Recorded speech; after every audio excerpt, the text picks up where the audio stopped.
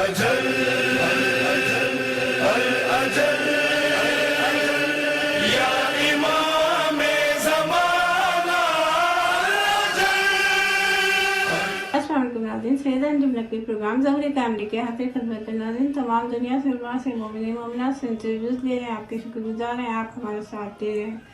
ناظرین، اس پروگرام کا مقصد یہ ہے کہ ہم ایک دوسرے کو جگائیں، خود بھی جاگیں۔ دنیا میں جو ایک دم سے تبدیلی آئی ہے اور جو ہم پچھلے ماضی میں تھے تو ہمارے پاس غفلتیں تھیں، ہم اتنی غفلتوں میں ڈوبے ہوئے تھے کہ ہمیں اپنے وقت کے امام کی طرف دھیان نہیں تھا، ہم دنیا میں مستقل کھوئے ہوئے تھے، شیطان بہت تیزی سے کام کر رہا تھا۔ اللہ نے ہمیں موقع دیا ہمیں جگانے کے لیے کہ ہم غفلت سے جاگ جائیں اور لوٹ آئیں، وقت کے امام کے لیے تیاری کریں۔ خدا قرآن میں سورہ حشر میں فرماتا ہے، خبردار ان لوگوں کی طرف نہ جانا جنہوں نے خدا کو بھلا دیا تو خدا نے خود ان کو بھی بھلا دیا، وہ سب فاسق اور بدکار ہیں۔ غفلت سے نجات میں سعادت ہے، کیونکہ غفلت انسان کو خدا کی بندگی سے روکتی ہے۔ جب خدا سے دور ہوتا ہے انسان تو خدا بھی اس کو اس کے حال پر چھوڑ دیتا ہے۔ غفلت دل کی بیماریوں میں سنگین بیماری ہے اور غفلت تمام اچھے کاموں سے دور رہنے کا سبب ہوتی ہے۔ غفلت انسان کبھی اللہ کی طرف، نیک کاموں کی طرف نہیں آتا۔ موت کی یاد، قرآن اور ائمہ طاہرین علیہ السلام سے وابستہ محفلوں میں جانا، مجالس میں جانا، کتابوں کو پڑھنا، علم حاصل کرنا غفلت سے دور کرنے کے لیے اہم ترین اسباب ہیں۔ اس دور کے بعد آنے بہت مشکل ہے، مگر ہمیں اب مشکلات کا سامنا کرنا ہے۔ اس کے لیے ہم کو خود کو تیار کر لینا چاہیے اور اب غفلت سے ہمیں بیدار ہونا چاہیے، کیونکہ شیطان ہمیں ڈبونے کے پورے ارادے رکھتا ہے اور کر رہا تھا اور بہت تیزی سے، مگر اللہ نے وقت کے امام نے ہم پر رحم کیا اور ہمیں ایک واپسی کا راستہ دیا کہ ہم پلٹ آئیں۔ تو آئیے ناظرین، ہم اپنے مہمان کی طرف چلتے ہیں اور ان سے سوال کرتے ہیں۔ السلام علیکم، میرا آپ سے سوال ہے کہ دنیا نے کروٹ کی ظہور قریب تر، ہم تیار ہیں یا غافل ہیں؟ اس پہ روشنی ڈالیے۔ میں خداوند عالم کا بھی مشکور ہوں اس توفیق پر، اور محترمہ سیدہ انجم نقوی صحابہ کا بھی مشکور ہوں کہ جنہوں نے مجھے یہ سعادت عطا فرمائی۔ دنیا نے بہت سی کروٹیں لی ہیں، اقتصادی لحاظ سے کافی بحران چل رہا ہے، بیماریوں کے لحاظ سے وبائیں پھیلی ہوئی ہیں، بہت سے لوگ پریشان ہیں، اور پھر ظلم ہے جو اپنے عروج پر پہنچا ہوا ہے۔ لیکن امام کے ظہور کے لیے جس کروٹ کی ضرورت ہے اس طرف بھی توجہ کرنا چاہیے۔ چنانچہ میں عرض کروں کہ امام منتظر و منتظر کے ظہور کے تعلق سے جو احادیث آئی ہیں، ایک حدیث ہے جو آپ کے میرے چھٹے امام امام جعفر صادق علیہ السلام نے پیش فرمائی ہے، اور وہ حدیث بہت اہم ہے کہ جس پر نظر رکھنا ضروری ہے، اس لیے کہ اس میں ایک علامت بیان کی گئی ہے کہ جس کو حتمی علامت کہا گیا ہے۔ آپ کے علم میں ہے کہ علامات دو طرح کی ہوتی ہیں، علامات ظہور۔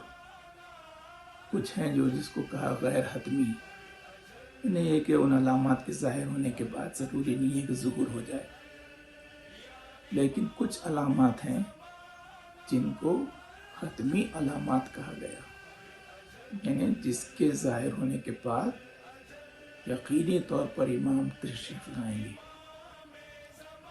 چنانچہ ان میں یہ علامت ہے اور یہ حدیث میں بیان کی گئی، اور اس حدیث کو حدیث قوم کے تعلق سے یاد کیا جاتا ہے۔ یعنی باقاعدہ امام نے بیان فرمایا کہ حالات کیا ہوں گے زمانے میں، خاص طور سے نجف کے تعلق سے بیان فرمایا کہ وہاں پر علم وہ سکڑ جائے گا اور پھر منجمد ہو جائے گا، ایسے جیسے کہ ایک سانپ اپنے بل میں سکڑ کے بیٹھ جاتا ہے۔ لیکن اس کے بعد علم پھر ظاہر ہوگا قوم سے، یقال لہ قوم، خاص طور سے وہاں پر نام بھی بیان کیا گیا، اور پھر یہ کہ وہاں پر سے علم پھیلے گا، وہ پوری دنیا میں پھیلے گا، اور پھر لوگوں کو دین اسلام کے تعلق سے، پھر یہ کہ بانی اسلام کے تعلق سے، اور پھر امام کے تعلق سے، اور پھر ہمارے دور کے امام کے تعلق سے باتوں کو پہنچایا جائے گا، معرفت کرائی جائے گی، اویئر کیا جائے گا لوگوں کو۔ چنانچہ امام نے بھی فرمایا کہ اس طرح سے تعارف ہوگا ان چیزوں کا کہ لا یبقى فی الارض مستضعف فی الدین، فرماتے ہیں کہ اس طرح سے اسلام کا تعارف ہوگا کہ پوری زمین پر کوئی ایک انسان بھی ایسا نہیں بچے گا کہ جو مستضعف فی الدین ہو۔ دیکھیے، ایک ہے مستضعف فی الارض، یعنی جس کو حکومتوں سے محروم کر دیا گیا، جس کو رائٹس سے محروم کر دیا گیا، وہ جو کمزور کر دیے گئے، اوپریسڈ جو پیپل ہیں، تو وہ الگ ہے مستضعف فی الارض میں۔ بہت شکریہ، ہم آپ کے شکر گزار ہیں، آپ نے تبصرہ کیا۔ آئیے ناظرین، اگلے مہمان کی طرف چلتے ہیں۔ السلام علیکم، میرا آپ سے سوال ہے کہ دنیا نے کروٹ کی ضرور قریب تر، ہم تیار ہیں یا غافل ہیں؟ اس پہ روشن ڈالیے۔ سب سے پہلے تو میں قائم ٹی وی کینیڈا کا شکر گزار ہوں کہ اس نے مجھے یہ موقع فراہم فرمایا اس وبا کے دور میں جہاں گھر سے نکلنا بہت دشوار ہے۔ حضرات، جو یہ ایام گزر رہے ہیں، وبا کا دور، ایسے موقع پر سچائی ہے کہ ہمیں اپنے وقت کے امام کو یاد رکھنا چاہیے۔ وہی ایک ایسا تنہا سہارا ہے، اور کتنے خوش نصیب ہم ہیں، ہماری قوم ہے، ہمارا مسلک ہے۔ واحد ایک ایسی یہ قوم ہے جس کا امام، جس کا رہبر زندہ ہے۔ اگر ہم تنہائی میں اپنے امام کو آواز دیں، اپنے دل کی باتیں کہیں، ہمیں پورا یقین ہے ہمارا امام ہماری پریشانیوں میں ہماری مدد کرتا ہے۔ اور ظاہر ہے کہ یہ قول رسول ہے۔ رسول نے آخری وقت کہا تھا کہ میں تمہارے درمیان دو گراں قدر چیزیں چھوڑے جا رہا ہوں، ایک قرآن کریم ہے، دوسرے میرے اہل بیت ہے، میری اطرت ہے۔ تو ظاہر ہے کہ جب تک یہ قرآن صامت رہے گا تب تک قرآن ناطق بھی رہے گا۔ لہذا زمانہ، دنیا چاہے جو کر لے، نہ اسے مٹا سکتی ہے اور نہ انہیں مٹا سکتی ہے۔ ہمارا فریضہ ہے ہم اپنی خوشیوں میں بھی، اپنی غم میں بھی اپنے امام کو یاد کرتے رہیں، اور دعا کریں بارگاہ پروردگار میں کہ معبود ہمارے امام کو جلد از جلد پردہ غیب سے بھیج دے، تاکہ یہ جو ظلم و جور کا زمانہ ہے، حالات جو بد سے بدتر ہو رہے ہیں، دنیا میں آ کے امن و عدل سے دنیا کو بھر دے، انصاف سے بھر دے، مظلوموں کو انصاف مل جائے، ظالم دنیا سے فنا ہو جائے۔ انجم صاحبہ، مصرے حاضر کرتا ہوں خدمت میں، ملاحظہ کیجیے گا۔ عرض کرتا ہوں کہ نرجس کے چاند پردہ غیبت اٹھا کے آ، ہر سمت چھا رہا ہے اندھیرا تیرے بغیر۔ ارے یوسف بغیر جیسے زلیخا تھی بے قرار، دیوانے بے قرار ہے مولا تیرے بغیر۔ یوسف بغیر جیسے زلیخا تھی بے قرار، دیوانے بے قرار ہیں مولا تیرے بغیر۔ حضرات، اگر ہم اپنے امام کو آواز دے رہے ہیں اور امام آ جائیں تو ہم شرمندہ بھی نہ ہوں۔ ہمارے کردار، ہمارا اعمال، ہمارا کردار ایسا ہو کہ ہم ان کے سامنے جا سکیں، حاضر ہو سکیں اور اب کوئی شرمندگی نہ ہو۔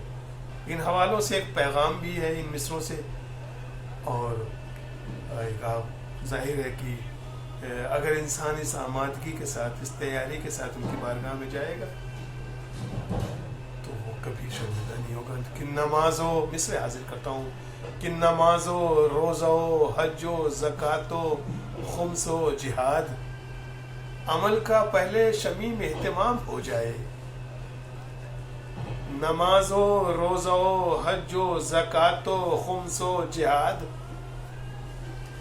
عمل کا پہلے شمیم اہتمام ہو جائے، پھر اس کے بعد غریباں میں جھانک کر اپنے دعا کرو کہ ظہور امام ہو جائے۔ پھر اس کے بعد غریباں میں جھانک کر اپنے اللہ اکبر دعا کرو کہ ظہور امام ہو جائے۔ آئیے ناظرین اب ہم ایک بریک لیتے ہیں، انتظار فرمائیے۔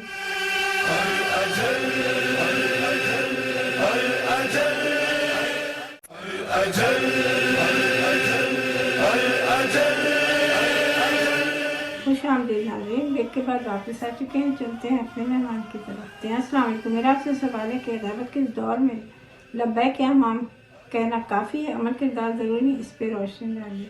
کہ یہ امام کے منتظر تو آج سے 1200 سال پہلے سے لوگ چلے آ رہے ہیں، اور ہر دور میں لوگ منتظر رہے کہ امام آ رہے ہیں، لیکن آج کے دور میں جو سلسلہ اللہ جل یا لبیک یا امام کے جو سلوگن اور نعرے لگائے جاتے ہیں، اس کا عملی کردار جو ہے وہ مجھے کہیں نظر نہیں آتا۔ ہمیں اپنا عمل سیدھا کرنا ہے، ہم نے اپنا کردار صحیح کرنا ہے تو بات بنے گی، لیکن ہر چیز مولا کا ظہور اس وقت ہونا ہے جب برائی اپنے عروج پہ پہنچ چکی ہوگی۔ تو برائی کو میں دیکھ رہا ہوں کہ لوگ اب اچھائی سمجھ رہے ہیں، برائی کو اچھائی سمجھ رہے ہیں، تو مولا کے ظہور میں آنے کے لیے حکم خدا آنا ہے انہوں نے، جس دن حکم ہوگا، لیکن اب وہ بہت قریب وقت آتا جا رہا ہے، ایسے عوامل پیدا ہو رہے ہیں کہ ظہور جو ہے مولا کا آ جائے، لیکن ہمارے جو یہ نعرے ہیں اس سے ظہور نہیں ہوگا، بلکہ وہ وقت کا انتظار ہے، اور وہ مولا بھی حکم کے منتظر ہیں، پروردگار کا حکم ہوگا تو وہ ظاہر ہوں گے۔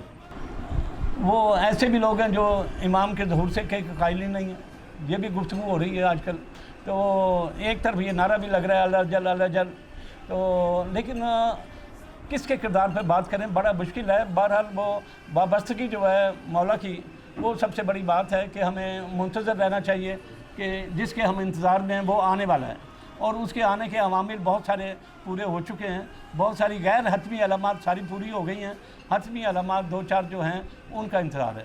بہت شکریہ، ہم آپ کے شکر گزار ہیں، آپ نے تبصرہ کیا۔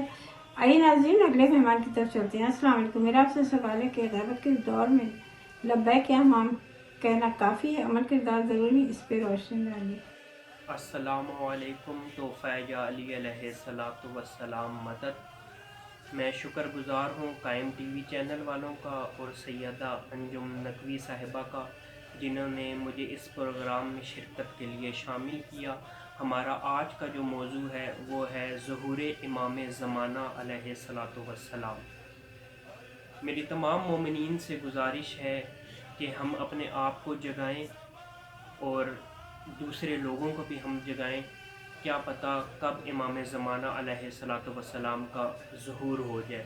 ہمیں ظہور کے لیے ہر وقت اپنے آپ کو تیار رکھنا چاہیے، کیا پتہ مولا کا ظہور کب ہو جائے۔ ہمیں ہر طرح سے مولا کو راضی کرنا چاہیے، مولا ہم سے ناراض ہیں، ہمیں ہر طرح سے مولا کو راضی کرنا چاہیے، ہمیں مولا سے مدد مانگنی چاہیے، ہمیں قبلہ رخ منہ کر کے نا اپنے سر پہ ہاتھ رکھ کے بولنا چاہیے السلام علیکم یا امام زمانہ علیہ الصلاۃ والسلام۔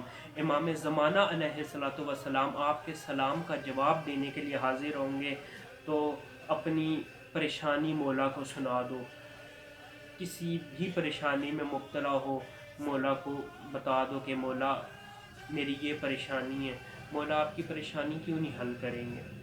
لیکن ہم نے اپنے مولا سے مانگا ہی نہیں ہے نا، آج دن تک ہم نے جس طرح مولا سے مانگنا چاہیے ویسے ہم نے مولا سے مانگا ہی نہیں ہے۔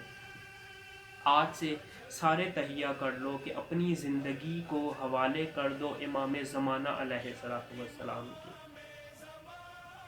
زندگی بھی بن جائے گی، آخرت بھی بن جائے گی. ہم نے اپنے امام کو خوش رکھنا ہے. اگر مولا ہم سے ناراض تو اللہ تعالی ہم سے ناراض. میری تمام مومنین سے گزارش ہے کہ امام زمانہ علیہ الصلوۃ والسلام کے ظہور کا انتظار کیا جائے. مولا کے لیے ہمیں نماز، قرآن پڑھنا چاہیے، ہمیں اپنے مولا کو راضی کرنا چاہیے. بہت شکریہ، ہم آپ کے شکر گزار ہیں، آپ نے تبصرہ کیا. آئیے ناظرین اگلے مہمان کی طرف چلتے ہیں. السلام علیکم. میرا آپ سے سوال ہے کہ غیبت کے دور میں لبیک یا امام کہنا کافی ہے؟ عمل کردار ضروری، اس پہ روشن ڈالیے. آج تمام مومنین کرام کے سامنے ایک کلام پڑھنے کی سعادت حاصل کرنا چاہتا ہوں، جس کا مقصد تمام مومنین کے اندر امام زمانہ کے حوالے سے معرفت کو اجاگر کرنا ہے. آج آپ ہر طرف دیکھ رہے ہیں گہما گہمی کا عالم ہے. ہر کوئی یہ چاہ رہا ہے کہ وقت کے امام مہدی اجل اللہ تعالی فرجہ الشریف کا ظہور ہو. لیکن شہید ڈاکٹر سبط جعفر زیدی نے کیا کہا کہ الجل تو کہتے ہیں آ گئے تو کیا ہوگا، کیا ہے اپنی تیاری پیش ہم کریں گے کیا. مومنین کے اندر جذبہ معرفت امام زمانہ اور انتظار فرج پیدا کرنے کے لیے میں ایک کلام پڑھنے کی سعادت حاصل کرنا چاہتا ہوں. ملاحظہ فرمائیے. کاش اس دور میں مہدی نہ بھلایا جاتا، کاش اس دور میں مہدی نہ بھلایا جاتا. یہ زمانہ نہ زمانے کو دکھایا جاتا، یہ زمانہ نہ زمانے کو دکھایا جاتا. کاش اس دور میں مہدی آج بھی لوگ زیارت کے تمنائی ہیں، آج بھی لوگ زیارت کے تمنائی ہیں. کاش دل سے بھی تو مولا کو بلایا جاتا. یہ زمانہ نہ زمانے کو دکھایا جاتا. کاش اس دور میں مہدی آؤ آؤ کر نصرت اپنے مولا کی. آؤ آؤ کر نصرت اپنے مولا کی. کاش منبر سے یہ فرمان سنایا جاتا. کاش منبر سے یہ فرمان سنایا جاتا. کاش اس دور نے مہدی نہ بھلایا جاتا. تو یہ زمانہ نہ زمانے کو دکھایا جاتا. کاش اس دور میں مہدی.